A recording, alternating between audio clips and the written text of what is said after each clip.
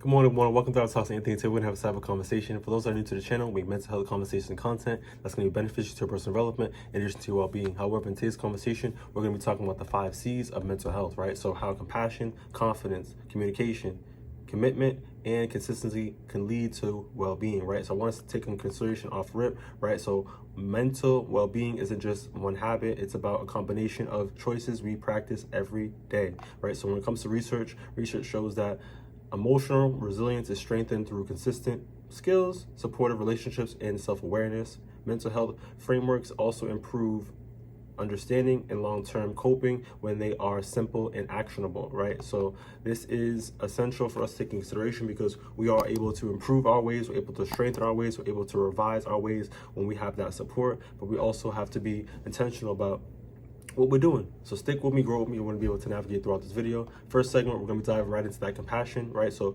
being kind to yourself and others, right? So off rip, before we dive into this, being loving to yourself, you're loving others, and by loving others, you're loving yourself. It's an even exchange. Right, so love, compassion matters, right? So treating yourself with understanding, reduce that anxiety and that depression. Humans are you're supposed to just be humans, right? So don't just focus on being perfect, right? So accepting the mistakes, support that emotional recovery, right? So let's be real to ourselves, right? It's good to have critical thinking, think before you respond, think before you speak, right? But you will be making mistakes in your life, right? So don't beat yourself up, have self-compassion, love yourself, right? You're a human, you're not supposed to be perfect, you're just supposed to what? Improve.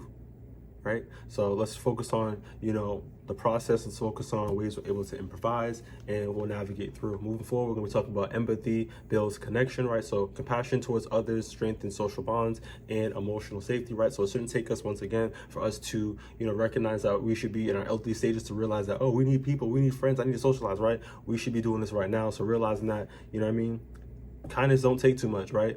Say hi to a friend, be kind, give somebody a compliment, right? And that smile from someone else can generalize and populate, inspiration for us to be able to, make the world a better place by just these small little infractions can make a big impact, right? So let's do that. Let's take consideration to build those connections. Moving forward, we're going to be talking about protective factors, right? So compassion supports stress regulation and that resilience, right? So, by being kind to ourselves, especially when we're down and out, we're going through a lot of stuff, right? Family distress.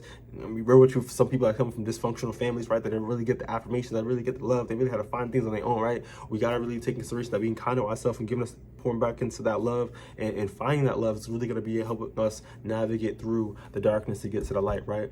Anything's possible when we have that positivity into it. Anything's possible when we put our mind to it. Anything's possible with God Almighty, right? So we got to take that into consideration. There's various support systems and ways we're able to get to our positive outcome with that positive mindset, right? So compassion, there you go. Next segment, we're going to dive into the confidence, right? So, confidence is trusting your ability to cope, right? So confidence doesn't equal that perfection. Once again, it's about believing that you can handle the challenges, not avoid them, right? So stop procrastinating, stop putting them to the side, stop saying, I don't want to do this, stop avoiding it, right? But really just embracing it, right? Believing that you have the ability to navigate through the situation in that challenge. Next is going to be skill-based growth, right? So, confidence increases with practice and experience, right? So the more we age, the more we focus and we have intentions behind it, our confidence will increase, things will get better with that growth. Next is going to be health, self-belief, right? So positive self-talk supports emotional regulation by pouring positivity out those affirmations, by looking at yourself in the mirror before you hop into the shower, look in the mirror as you're brushing your teeth, like really speaking glorious words over your life is really going to be able to help you out. We all heard about that, the saying in regards to the power of the tongue. You either could use it to cause destruction and pull you down, or you can use it to, speak glory and lift you up, right? So I'm trying to have you guys take consideration that and recognize that you are worthy, you are loved, you are belonging, you have purpose, right? You have meaning, you are beautiful, right? Inside and out, right? But we got to recognize that and really have the words sink in by proactively utilizing these affirmations. And my words can be my words and I'm pouring it onto you, but you got to believe it, and only believing is by you saying it, right? So saying these words and really having consistency to it is really going to rewire the neuroplasticity into your brain. So I'm really actively asking you to use healthy self-belief to help you navigate through as well, in addition to the compassion that we previously discussed. Let's move on to talking about, resilience booster, right? So confidence, coping reduces fear and avoidance, right? So the more that we focus on this, it's going to be able to help us boost our confidence and cope through distress. Next segment, let's talk about the communication, right? Communication is something that is very important as we're navigating through life, and communication, expressing and the understanding of those emotions, right? So taking time to talk, right? Talking helps us express those emotions, those feelings, and also reduces emotional stress. Because when we not thinking about too much of our situation in our distress, and we're just talking and we talking about other things that got nothing to do with it, you know what I mean? Like just casual talking really just helps, right? So it helps our mind, helps our body, helps our mental health, right? So I want to put that in consideration in regards to communication, right? That's why it's really important for us not to be in isolation for too long. Solitude is good, but we also got to take consideration that loneliness is real. Loneliness is real. So let's break out of that. Let's interact. Let's talk, and it's going to be able to help us. Next, we're going to talk about listening matters too. How are you going to talk, right? You have a talker. We also have a receiver who's listening, right? So active listening is really important, right? So healthy communication includes the understanding of others, not just speaking, but actively listening as well, according to the CDC. Put that up in there, you heard. But clear boundaries as well, you know what I mean? Honesty, in regards to honest communication protects your mental health and that well-being, right? Also to set those boundaries, right? So you gotta take consideration, no means no, that's a full sentence, right? Letting someone know your limitations, and this also too gives exposure to who you're dealing with, right? I mean, someone could sit there and say they love you. Someone could sit there and say, you're my bro, you're my best friend, all these different things, but that's a blur. Because when you're setting the boundary and they're not respecting it, what's going on here? Are you really my friend? Are you really loving? Are you really my brother? You feel me? So really, let's see what's going on. But at the same time, too, let's be respectful and let's set those boundaries so we're able to protect our mental well-being.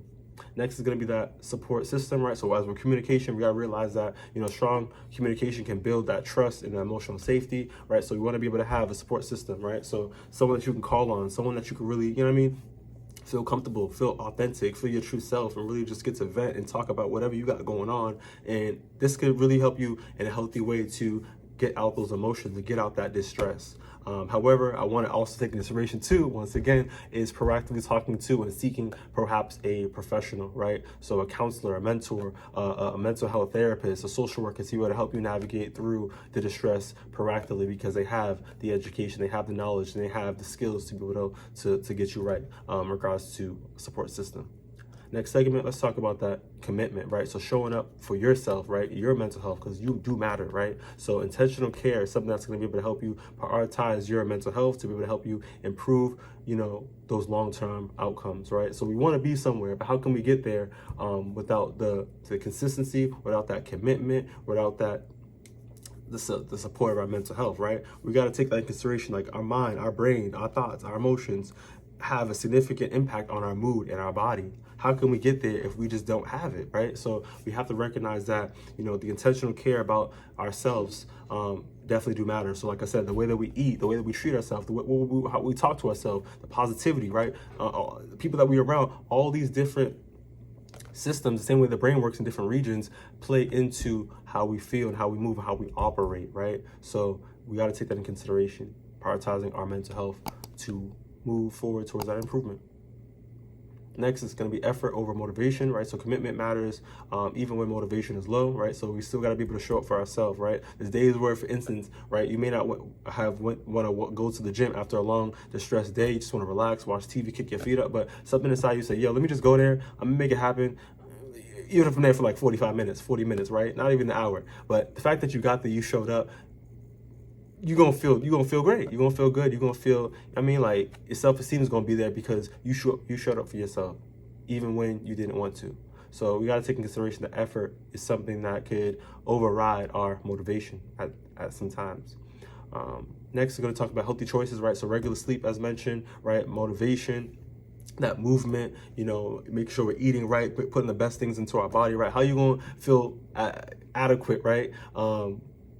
When you put in nonsense and junk food into your body, you're not gonna feel good, right?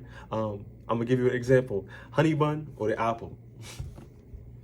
I know you want that honey bun, but try to get that apple because you give your body what it needs, right? And even someone said too, like if it really was true in regards to that conspiracy or that, or whatever you want to call it, right? What's that analogy?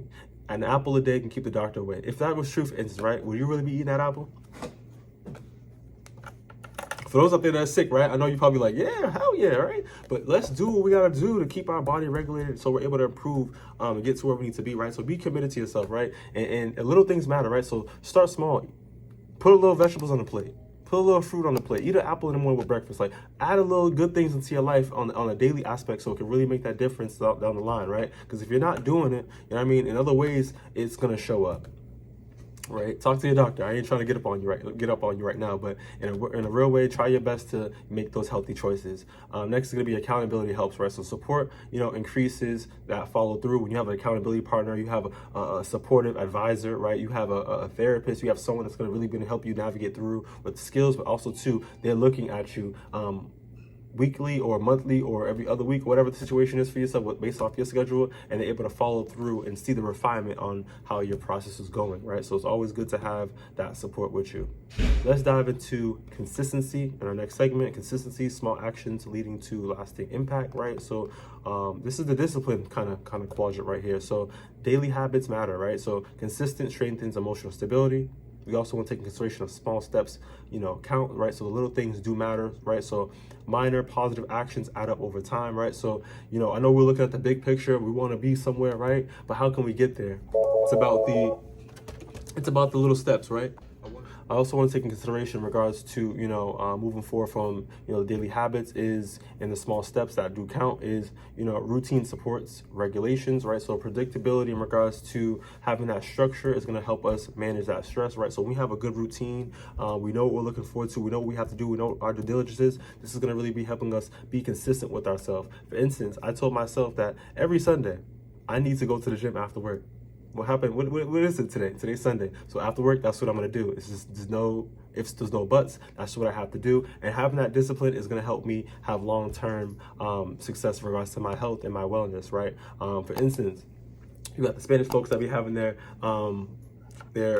puntas, whatever you want to call it. They have their car meets and stuff like that too, and they show up and they show out, and they have their social connections, their interactions. They have a good time, right? And they show up. Let's say, for instance, every Sunday they have their own cultural tradition, right? You have to have that for yourself. Everybody got to have a little reservation, personal time for themselves to proactively improve their wellness and their well-being. So I'm asking for you to have that routine. Moving forward, we're also going to talk about progress over that perfection. Missed days don't erase their growth, right? So you're going to have days where you're not going to be motivated, et cetera, et cetera.